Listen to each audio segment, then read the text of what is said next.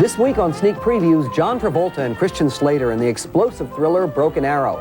And Bottle Rocket, that's a bittersweet comedy about three bumbling kids with dreams of criminal glory. And Uma Thurman, Timothy Hutton, Matt Dillon, and Mira Sorvino in Beautiful Girls about small-town friends and a high school reunion. Plus an Oscar contender from Italy, L'America, and a special recommendation for Valentine's Day, all on this week's Sneak Previews.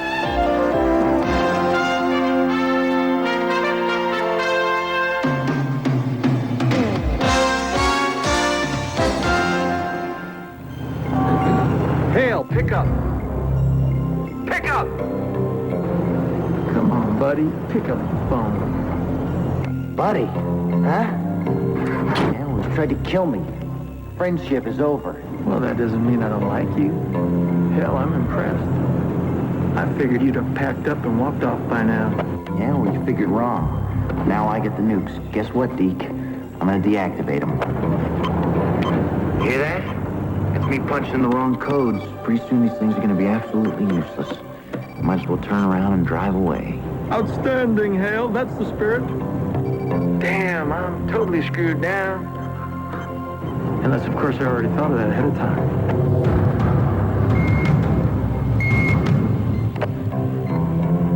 What?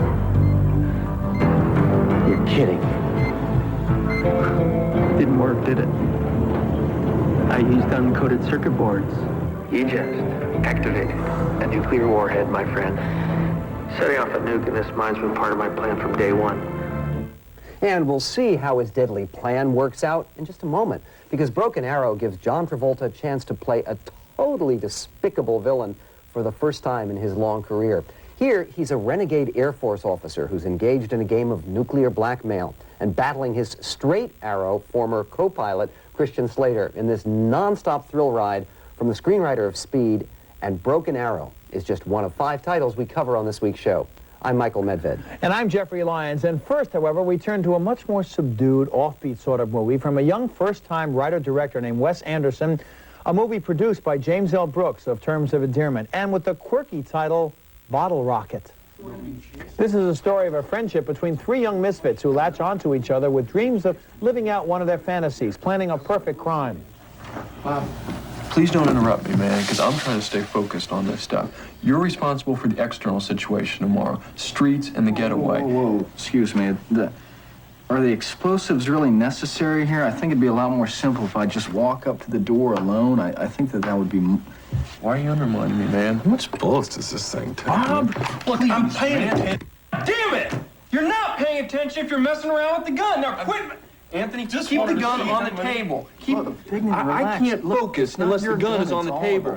Will you just paid for it? Shut up, man. Shut up. I'm warning you now. Be quiet, please. It's true, Dignant. I paid for the gun. Say it again. Say it one more time. Say it again. Repeat what you just said. I paid for the gun.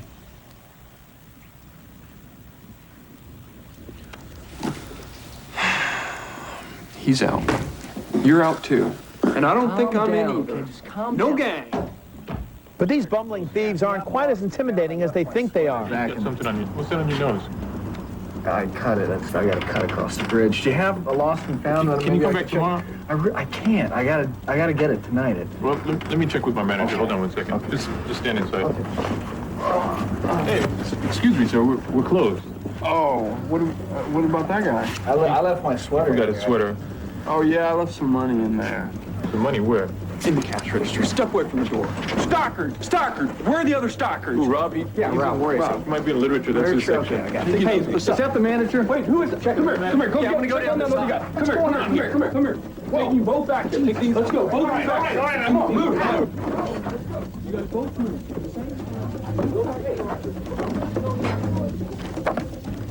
Check on one thing. Okay, sit down. Get up against the wall, Stretch. What's in here? Where's the money? Talk, Stretch. It's in the drawer. Okay, there it is. Come on, open up that drawer. No, it's not. Come on, the other one. Let's go. Where's the money? Okay. Put it in one of those bags. Get one of those bags. Let's move. Come on. A bigger one, you idiot. What do you think? Don't call me an idiot, you punk.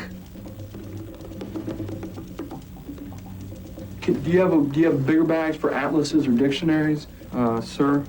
This is a very funny movie with a very dry, subversive wit. And one of the things that I loved about it was it is brilliantly well acted by everyone in the cast, including a few veterans like James Caan and Lumi Cavazos, who was the big star of Like Water for Chocolate, who plays a romantic interlude here. But the newcomers who you've never seen before, led by Owen C. Wilson, who plays that blonde crew-cut crook there, are sensational. He is so riveting, so funny, his timing is so good, his performance is so rich. I think he is going to be a major star in Hollywood. He also co-wrote the screenplay with his buddy from University of Texas who directed the film, Wes Anderson. Oh, your family stories just thrill me, Michael, but it just didn't do it for me. It was a joke that didn't, well, it's a joke that didn't work for me. It was a lot of energy here, I'll grant that, and I'll grant the initiative and the ability to get the film made. But you've got to have something behind besides quirkiness and dry humor, which is so dry you feel parched, and quirkiness, which is the only asset of the film, is not enough. You can never believe that guys would pull a stick up wearing just those little nose things I don't know on about you, as but masks. That's nonsense. when I was 18, 19, and 20 years old, stick-ups? I was pretty stupid. I didn't do stick-ups, but I did some very stupid things. I think everybody can relate to that. And the romance in the center of the film, when they are hiding out in a motel, thinking that the police are chasing them. Of course, no one's chasing them. And he has a romance with Lumi Cavazos, who's that star from Like Water for Chocolate. She plays a housemaid. She speaks no English. He speaks no Spanish. It's really quite charming and romantic. I didn't believe that relationship, and I think this would be not to be condescending to all the talented young filmmakers out there, this looks like a very slick student film, but when you start charging money and get people to care about characters that are paper thin and are so quirky, you're not going to get this film is beautifully shot. Last year, you loved a picture called Brothers McMullen, which I like too. You're not going to mention this in the same breath as Brothers McMullen. This film is better shot and it's better acted than Brothers McMullen. Not. This shows everything that was wrong about and in Brothers McMullen, everything went right. The one thing that Brothers McMullen had is it had a richer screenplay, I'll grant you. Far but richer. Here, the it was a treasure performances trove. are so wonderful. A lot of these people are going to be very, very big names in the business. Perhaps, Mark my words. Mark my words. Despite this film. Okay, I like the film a lot. I think people will enjoy it. Brothers McMullen. Next up is Beautiful Girls, a completely different kind of film, one that's full of big stars. In fact, Timothy Hutton plays the main character, who's a struggling New York musician who comes back to his gritty hometown in western Massachusetts for his 10-year high school reunion. And while he's been away, a lot's been going on. Lauren Holly plays the former glamour girl of the school, now married to a boring yuppie and involved in an affair with her old boyfriend, a snowplow operator played by Matt Dillon. Why couldn't I share in your special night? Because... Good night, Darren. Another old friend is Michael Rappaport, another snowplow operator who himself is snowed by the glamour of famous models. Serial killer. Hey, don't cap on my supermodels, Johnny. Don't go there. Leave it alone. I'm just saying it's creepy. The supermodels are beautiful girls, Will. A beautiful girl can make you dizzy. Like you've been drinking Jack and Coke all morning. She can make you feel high, full of single greatest commodity known to man. Promise. The promise of a better day. The promise of a greater hope. Promise of a new tomorrow. This particular ore can be found in the gait of a beautiful girl, in her smile and in her soul, in the way she makes every rotten little thing about life seem like it's going to be okay. The supermodels, Willie, that's all they are, bottled promise. Scenes from a brand new day, hope dancing in stiletto heels. I am now going to check your freezer for human heads. But the one girl who grabs most of Tim Hutton's attention is a precocious 13-year-old played by Natalie Portman, who doesn't want him to marry anyone else. How come? You should wait till you're ready. You should wait till you meet someone who excites you. Yeah, well, you know, she may not be out there. It's like the Wizard of Oz, William. The whole time it was right in your own backyard. What do you mean? You. Me and you.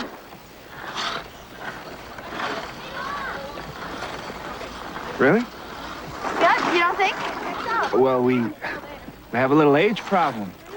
I know, where star-crossed is Romeo and Juliet. It's tragedy of Elizabethan proportions.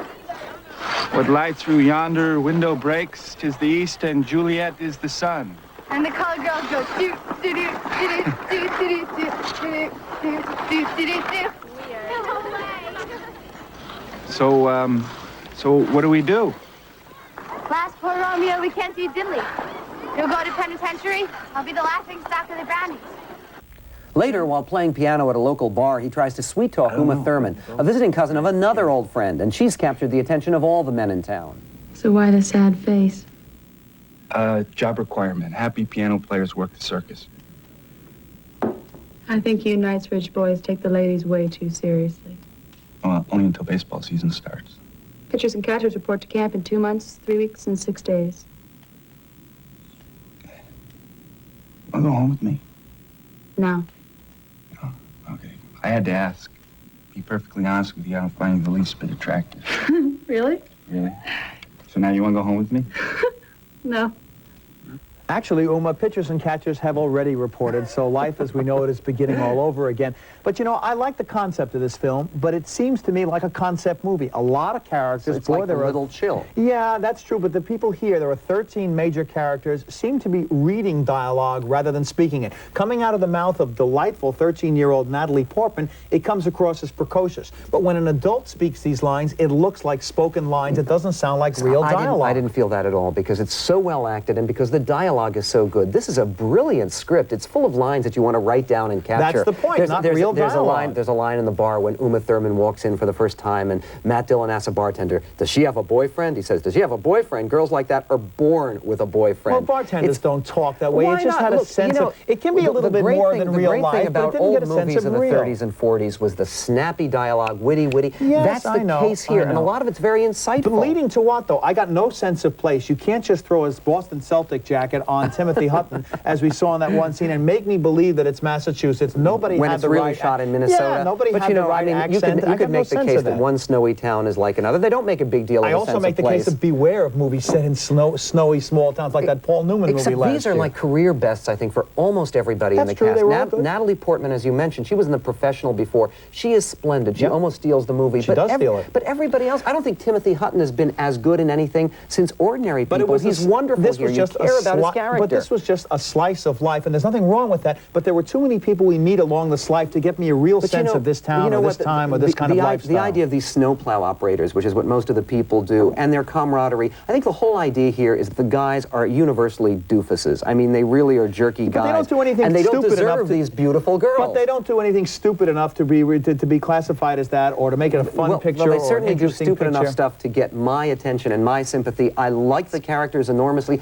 I like Bottle Rocket. I love this film. I can't believe we're disagreeing so much on this is a poor man's Big Chill, Little Chill, and Deep Chill. Well, now we turn to a movie called L'America, which is totally different, because this one is Italy's official entry in the Oscar competition for Best Foreign Language Film. It takes place in the bleak country of Albania, which is next door to Italy, and just now emerging from 50 years of isolation and tyranny. Enrico Laverso plays a hotshot Italian entrepreneur who's come to Albania with his partner to set up a dummy company in order to collect a government subsidy. But first, they have to find a local person to serve as president of their sham corporation. So they turn to a dazed, confused old man who spent nearly 50 years in a communist prison. Hai visto? La firma la fa. Spiro. Spiro o Tosa? Spuntano fuori i parenti. Nessuno. Che lo lasciavano qua? Quanti anni c'hai? Sa 10.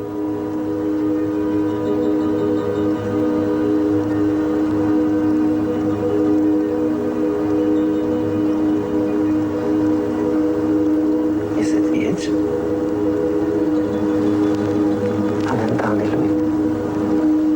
Dice che ha 20 anni.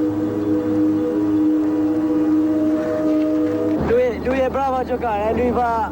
But the old man runs away to the mountains, and the young Italian goes after him, thus beginning a dramatic journey of self-discovery.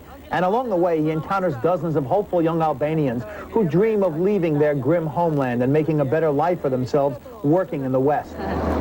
Ma poi se vi va bene in Italia fanno fare i lavapiatti. Oh, lavapiatti qua ci stanno i marocchini, i polacchi, tutti gli altri.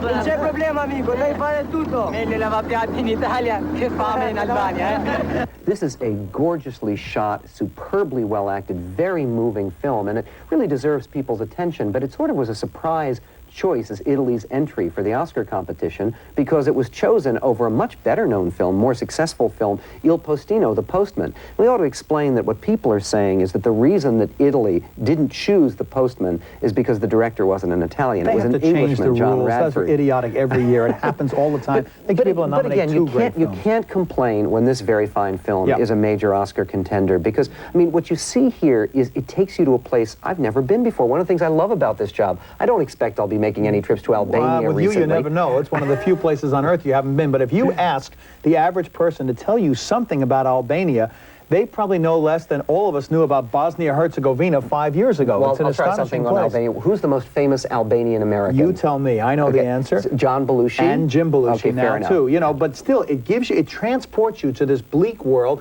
And what irony, it's not only a journey of self-discovery, it's a journey through the past into the future, into hope, because the only Italian, the only outsider those poor guys know as they meet him in that scene that we show is this scam artist who's trying to find self-redemption, too. And you see his character change. One of the things I found so moving in the film is it shows all these people in abject poverty with not enough water, not enough to eat, watching Italian TV and being lured, which spills over the border into Albania, and being lured by these glamorous, unreal images of the West. It's where a lot of countries in the developing countries were 50 years ago or 40 years ago, and now these people are just at that point Very now. touching, very eye-opening film. Well, now we turn to Broken Arrow. Very different picture. This is a big new thriller from the screenwriter of Speed, Graham Yost, and it's directed by John Woo, who's known as the master of tough, non-stop action films from Hong Kong.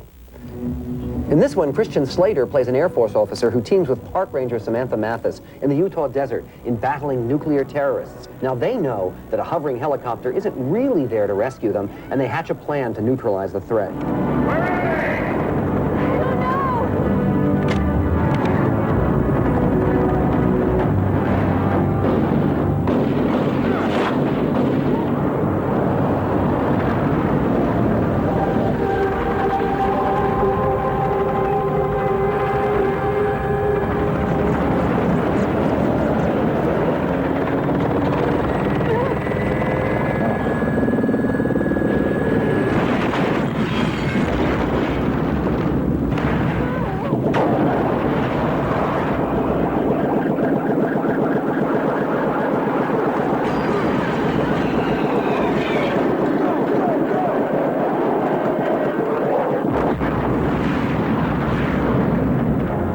Most of this film is one spectacular chase scene after another, as John Travolta, who is Slater's former co-pilot, is determined to keep control of the stolen warheads and sees that his old friend is inconveniently getting in the way of his diabolical plans.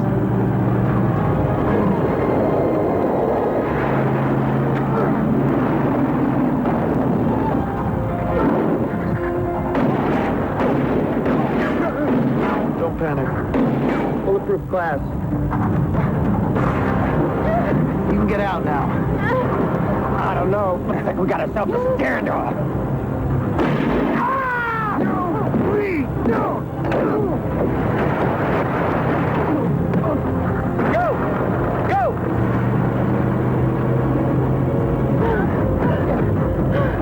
Okay, you can come.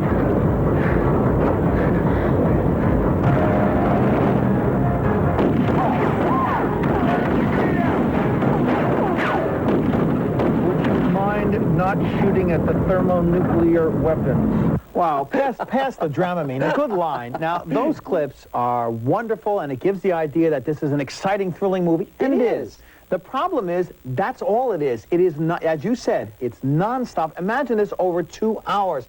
Enough already. A lot less would have been a lot more. You know, all this movie is just one stunt after another. But the stunts are spectacular. Yes, but they're endless. That's all there is in the movie. If you come into a film like this, you're not looking for uplifting messages. No, you're looking for something at least that holds together as a work of art or exciting or something. Work of art, it's not. It's a work of first-rate action directing and acting. That's all they can do, Travolta, I thought, was hilarious. He was very funny. He was having a great time with a little bit of an over-the-top role, and he's very, very good. Christian Slater was very good. So was Samantha Mathis. I just got the feeling that beyond the stunts, there was nothing else to the film. The special effects and the stunts are spectacular. I mean, John Hughes made a movie a few years ago called Planes, Trains, and Automobiles. Yeah, and that's all this is. Planes, trains, automobiles, and boats too. But you get to see a B-3 stealth bomber smashing very convincingly. Yes, that's true, but there's nothing else besides the stealth still, there's no credibility factor. You get no sense of danger after a while. You're right. Did you think that Speed was credible? No. After a while, I got tired of that too. And I realized I'm in the minority because the movie did very well. But that's all this is. I think the people who enjoy Speed, which was from the same screenwriter, are going to enjoy this picture. Sure. That film, they had to keep your attention just with a bus. Here, they have dozens of vehicles. I mean, I must say, John Woo is an extremely skilled director. This is very, very well edited scenes. He does seem, however, to have something against helicopters. He smashes 5 of them in the picture. Or against working with plot, because after a while you say, okay, turn the engines off for 2 minutes and give me something. And, you know, they've been playing up Howie Long, the old football player's screen debut. Well, all he is Schwarzenegger without the accent here. He's given no lines, really, very little dialogue, and it's just a big hunky guy. For this kind of movie, I thought that the tension, that the relationship between Slater and Travolta comes across pretty well. They set it up nicely. They show them sparring together when they're still friends. On the gasoline and cut down on the mileage a little bit. It would have been a lot better. It was too much. Well, next up is our annual Video Valentine in honor of the year's most romantic holiday, which all lovers should remember occurs on February 14th. And this year, we're recommending a classic movie on video. Director Franco Zeffirelli's sweeping, beautiful version of the most famous love story of all time. This 1968 version of Shakespeare's Romeo and Juliet starred 2 young unknown actors, 17-year-old Leonard Whiting and 15-year-old Olivia Hussey, in the timeless story of 2 young lovers kept apart by their warring families, who here, accompanied by Nino Rota's famous music, speak to each other for the first time at a masked ball. Good pilgrim, you'd wrong your hand too much. Which mannerly devotion shows in this? For saints have hands that pilgrims' hands do touch, and palm to palm is holy palmer's kiss.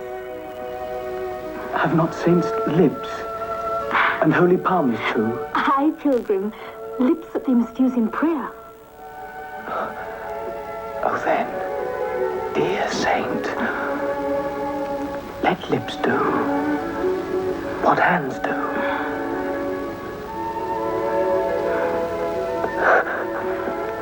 They pray, grant thou, lest faith turn to despair. Saints do not move, though grant for prayer's sake. Then move not.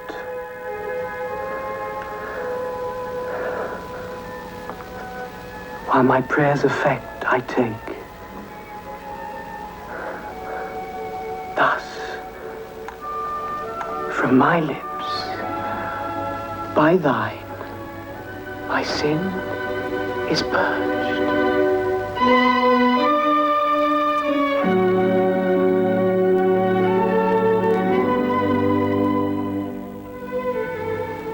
Then have my lips a sin that they have took? Sin from my lips? Oh, trespass sweetly urged. Give me my sin again. It is wonderful music, and these 2 teenagers are so sensational, so good in this film, especially when you look back on it now after 28 years. You really wonder, why didn't they ever become stars? Because you expect it. They're magnificent actors and 2 more gorgeous-looking human beings. It would be difficult to find. But in a way, it's kind of perfect. You know, I wouldn't want their agent to feel this way, but in a way, it's kind of perfect, because these are the roles they were born to play. They were never heard from again, really. That's right, and the real Romeo and Juliet didn't have much of a future either. That's true, nor do they have agents. But it was kind of frozen in time, and I'll tell you, when that music comes on, I can be with my wife, and I can turn away for 10 seconds, and I turn back, and the tears are coming down her face. That has no other movie has that effect on her, and even now, all these years later, it still has that effect on anybody who sees it. It's such a gorgeous movie, and it's an athletic movie too. I mean, we should explain that it's the supporting parts are magnificent. Michael York plays Tybalt, and John McInerney, who's an actor we don't see enough in films, or didn't see enough in films, is maybe the best Mercutio I've ever seen. And the climactic sword fight in the middle of the movie in Act 3 has never been as well staged as it is here. You get a sense of death and danger, and you also get a sense that we're in the middle of a revival of Shakespeare, because this coming year there are half a dozen more, following Richard III last year, among others, and Othello last year. Well, this year we have another Richard III with Al Pacino. Another Hamlet, too, another with Hamlet. There's a Twelfth Night. But this is one of the classics people should go back and look at the way that Shakespeare can be opened up beautifully in movie terms without making any compromises in the integrity of the original. I say this about romantic movies. See this with someone you love, of course, more than any other film. And one of the things you've got to give Zeffirelli credit for, he he took a gutsy risk by actually casting people who were close to the ages of Romeo and Juliet in the play. And all casting real unknowns, teenagers, too, yeah. not like Lawrence Harvey, who had done the role before on film, who was much too old. This works beautifully, a great choice for anyone for Valentine's Day. Well, now to summarize the movies we covered this week. We split on Bottle Rocket. Jeffrey thought it had the tedious, amateurish feel you associate with first-time filmmakers. But I thought it had the fresh, quirky, ironic, unpredictable feel you also associate with first-time filmmakers. It's rated R for harsh language and some mild romantic references to sex. We split again on Beautiful Girls. Jeffrey was bored by the meandering plot and all the more than 12 characters, but I love the smart writing and the superb ensemble acting. There's lots of crude language, however, several graphic sexual references, and one violent barroom brawl. On L'America, we do agree. This is a compassionate and moving piece of work. Intense scenes of poverty and suffering, however, limited to mature audiences. And though there are a few obscene words in this subtitled film, there's no sexual content or violence. We split again on Broken Arrow. Jeffrey thought it was repetitive with too many exploding helicopters and countdowns to doomsday. But I feel that this breathlessly paced extravaganza will give action fans what they want, plus delivering a surprisingly strong performance by Travolta. Of course, there's loads of tough language and nearly nonstop violence. And finally, we recommend a motion picture classic as a video Valentine, Franco Zeffirelli's Romeo and Juliet, that should add a touch of class and beauty to your celebration of our yearly holiday for lovers. So that's it for this week's show. Please join us next time when we review Muppet Treasure Island, a funny new look and an adventure classic, and City Hall, the new political thriller with Al Pacino and Bridget Fonda, plus other new films, all on the next Sneak Previews. I'm Jeffrey Lyons. And I'm Michael Medved. And until next time on Sneak Previews, don't forget to save us the aisle seats.